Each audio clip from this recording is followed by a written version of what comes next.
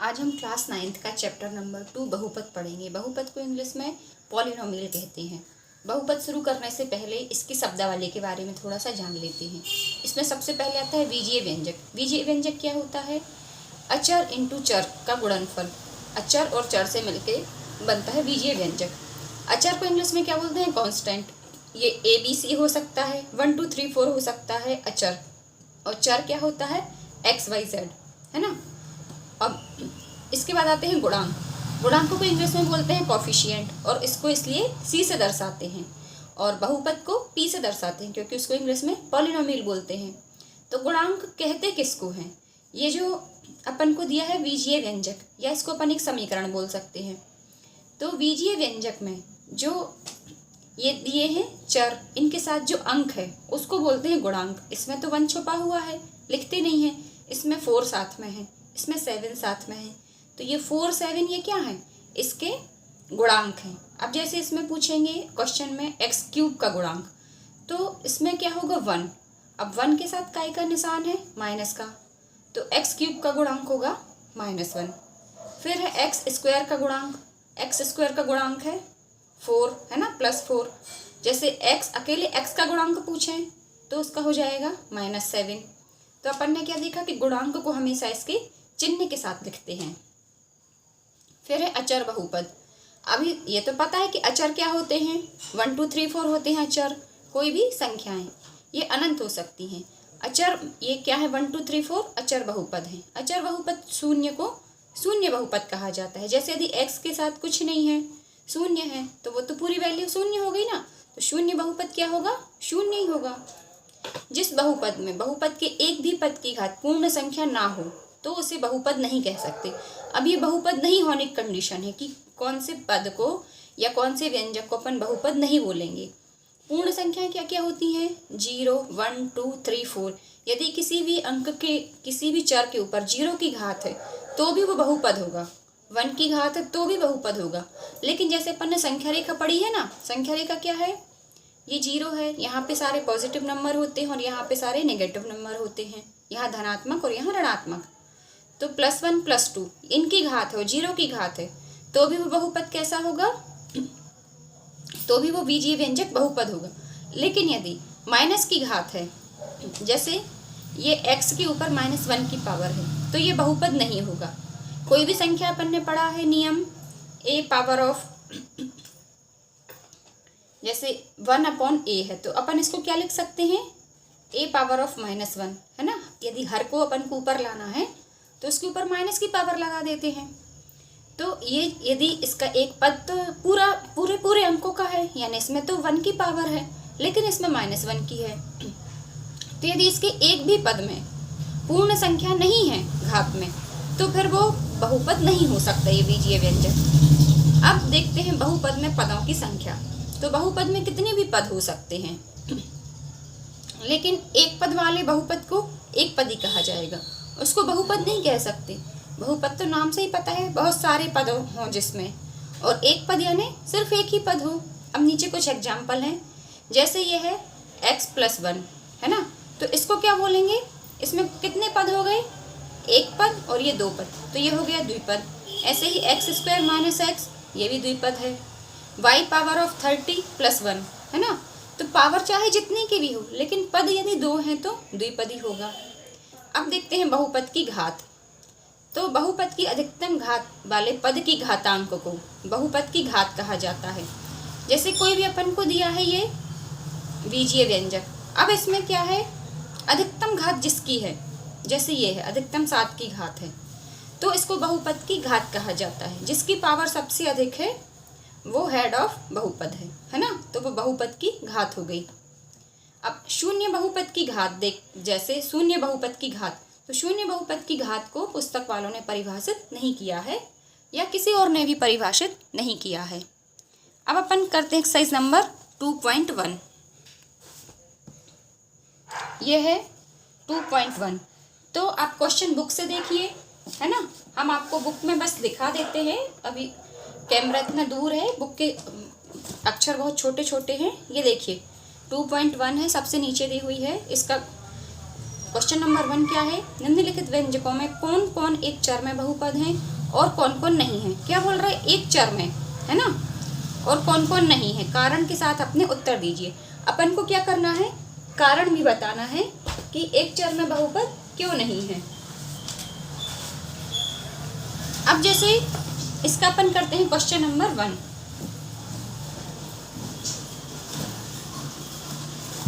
ये देखते हैं अपन फर्स्ट का, ये है 4x³ 4x² माइनस 3x + 7। तो ये बहुपद है कि नहीं है, है बहुपद, क्योंकि बहुत सारे पद हैं इसमें। अब क्या पूछ रहे हैं, एक चर में बहुपद है, तो इसमें कितने चर हैं, x, यहाँ पे भी x, तो इसमें क्या है, पूरा जो बीजीय व्यंजक है ये सभी पद x के रूप में है। तो अपन क्या लिख देंगे कि दिया गया बीजीय व्यंजक एक चर वाला बहुपद है। दिए गए व्यंजक में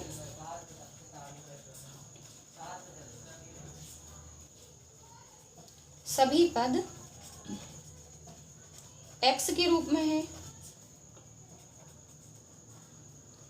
अतः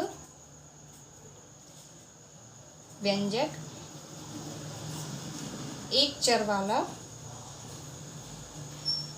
बहुपद है या एक चर में बहुपद है। इसका क्वेश्चन नंबर 2 देखते हैं, y² + √2 है ना। तो इसमें क्या है, y की घात तो पूर्ण संख्या में है। अब ये जो अचर पद है इसकी संख्या इसकी जो घात है ये पूर्ण संख्या में नहीं है, लेकिन इसका जो चर पद है उसकी तो घात पूर्ण संख्या में है, इसलिए ये क्या होगा, बहुपद होगा, है ना। y की घात पूर्ण संख्या है, अतः व्यंजक एक चर में बहुपद होगा, एक चर में बहुपद होगा। अब ये जो अपन को लाइन लिखनी है एक्सप्लेनेशन की, तो ये तो अपन ने आधी लाइन तो बुक के क्वेश्चन से ही देख के लिख ली है ना, और आधी अपन को रीजन देना है। अब इसका नंबर 3 देखते हैं, 3√t + t√2। अब इसमें देखो ये जो 3√t है इसकी तो पावर 1/2 है। अब यहाँ जो ये t है इसके साथ ये गुणा में है √2, तो जो t की पावर है वो तो 1 है, लेकिन √2 की पावर 1/2 है ना। तो ये यदि ये पूर्ण इसका नंबर देखें तो इसकी जो पूर्ण पावर है वो तो नहीं होगी ना, पूर्ण संख्या है ना। तो अपन क्या लिखेंगे, t की घात पूर्णांक में नहीं है। और अभी अपन ने क्या पढ़ा नियम में कि बहुपद में यानी जो चर है उसकी किसी भी पद की घात, यदि एक भी पद की घात पूर्णांक में नहीं है तो फिर वो बहुपद नहीं होगा। t की घात पूर्णांक में नहीं है, अतः व्यंजक बहुपद नहीं होगा। इसका देखते हैं क्वेश्चन नंबर 4। ये है y + 2/y। तो इसमें y की एक घात तो पूर्णांक में है, लेकिन दूसरी में जो है ये क्या है, y + 2 × y (-1) है ना। तो क्या लिखेंगे अपन, y की घात दूसरे पद में पूर्णांक में नहीं है, अतः व्यंजक बहुपद नहीं होगा, है ना। फिर है नंबर 5। इसमें क्या है, x power of 10 plus y power of 3 plus t power of 50, है ना। इसमें दिए तो है 3 पद, तो बहुपद तो है, और घातांक जो है इनकी वो भी पूर्ण संख्या है, लेकिन ये जो चर हैं, ये वेरिएबल जो हैं ये अलग अलग हैं, ये x है, ये y है, ये t है ना। तो ये पूरे एक ही संख्या में नहीं है। और ये क्या बोल रहे हैं कि एक चर में बहुपद है। क्वेश्चन में क्या पूछा, एक चर में बहुपद है। तो अपन क्या लिखेंगे, दिया गया व्यंजन व्यंजक एक चर में बहुपद नहीं होगा। बहुपद तो होगा लेकिन एक चर में नहीं होगा। एक चर में बहुपद नहीं होगा, है ना। अब इसका क्वेश्चन नंबर 2 देखते हैं।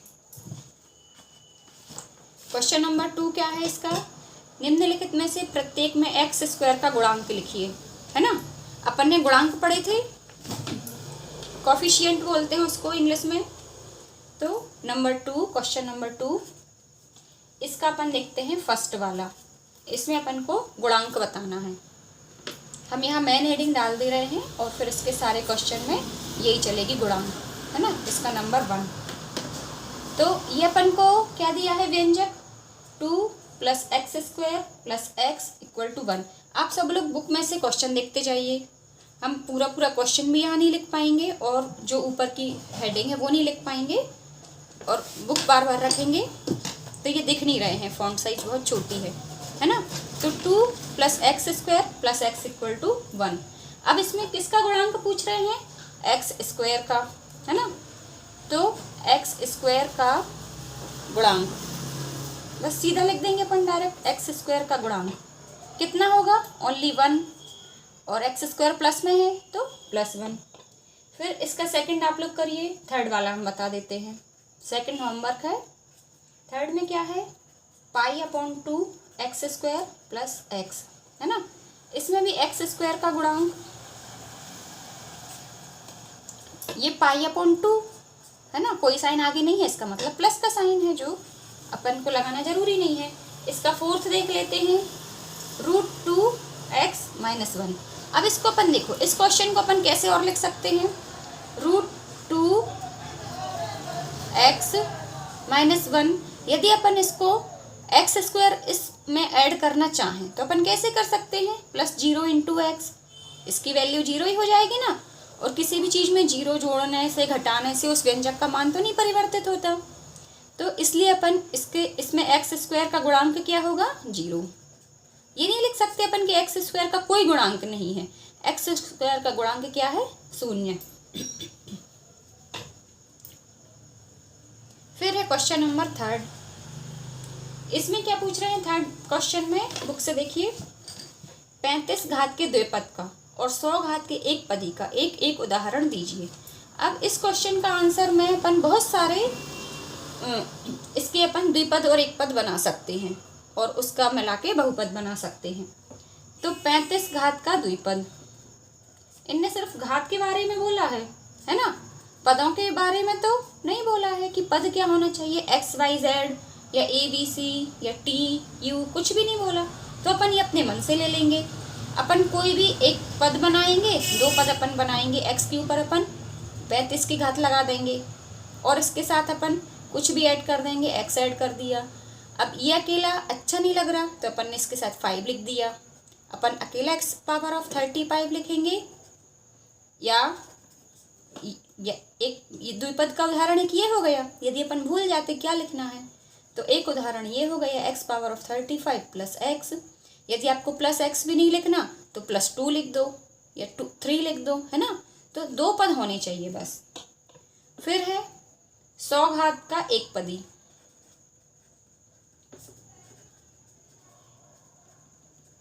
100 घात का एक पदी क्या होगा, अब इसमें एक ही पद दर्शाना है तो अपन ने x के ऊपर 100 की घात लगा दी, है ना, या 2x के ऊपर 100 की घात लगा दी, कोई भी हो सकते हैं, बस घात 100 की होनी चाहिए। तो ये दोनों अपने हो गए आंसर। अब इसका क्वेश्चन नंबर 4 देख लेते हैं। 4 में क्या है, निम्नलिखित बहुपदों में से प्रत्येक बहुपद की घात लिखिए। इन्होंने क्या बोला है, घात।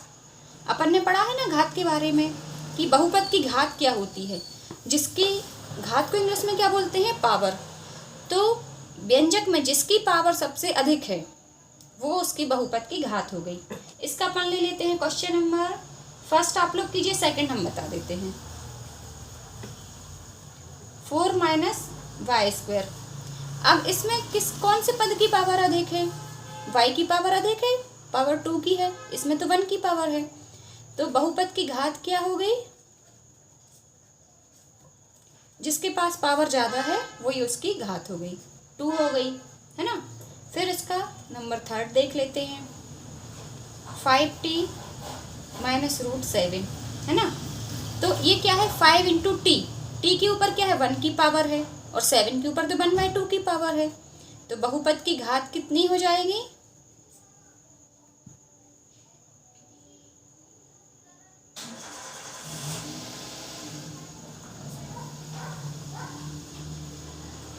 एक अपन इसको और अच्छे से लिखना चाहें यदि, तो हम क्वेश्चन नंबर 4 में बता दे रहे हैं। क्वेश्चन नंबर 4 क्या है? 3 बराबर क्या दिया है? 3 बराबर ये दिया है, ओनली 3 दिया है ना। तो अपन इसको क्या लिख सकते हैं? 3 into x power of 0। X से क्यों लिया? सबसे पहले जो वन पे आता है, बहुपद को एक्स वाई जेड से शो करते हैं, तो एक्स पावर ऑफ 0। अब इसमें क्या लिख देंगे? व्यंजन की सबसे बड़ी घात 0 है,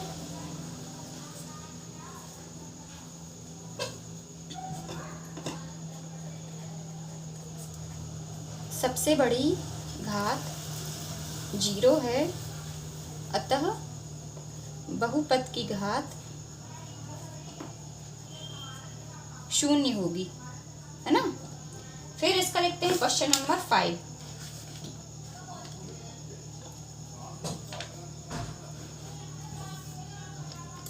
क्वेश्चन नंबर 5 क्या है?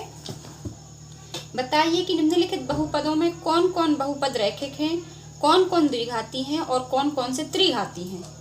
इनका रैखिक बहुपद से मतलब है जिनमें एक ही पद हो, है ना। एक पदी या रैखिक एक ही बात है।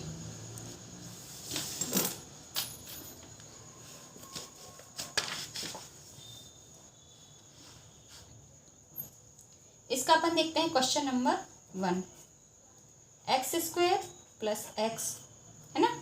तो इसमें दिख रहे हैं दो पद, सीधे सीधे दिख रहे हैं।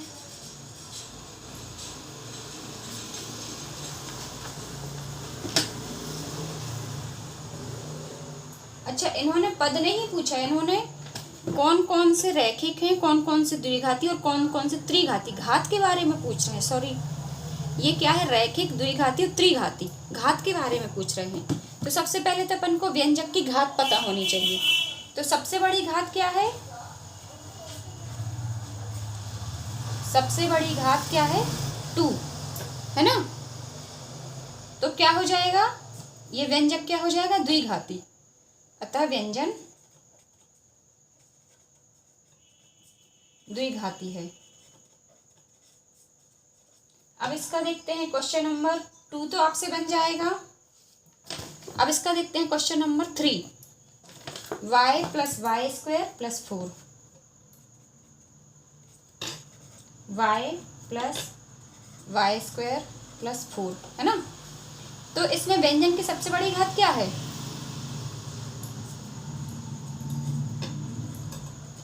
सबसे बड़ी घात बराबर 2, अतः व्यंजन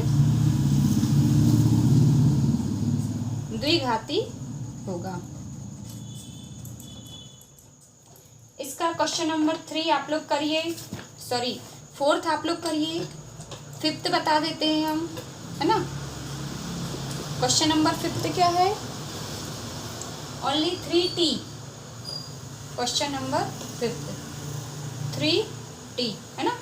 तो इसमें व्यंजन की घात t के ऊपर कितने की घात है? 1 की।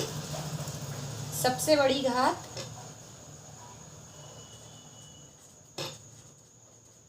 बराबर 1, अतः व्यंजन कैसा होगा? रैखिक होगा, है ना।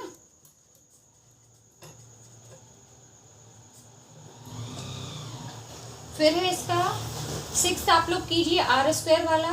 हम बता देते हैं इसका नंबर 7x3, है ना। क्यूब ही है ना, हाँ। तो इसमें क्या है? सबसे बड़ी घात कितनी है?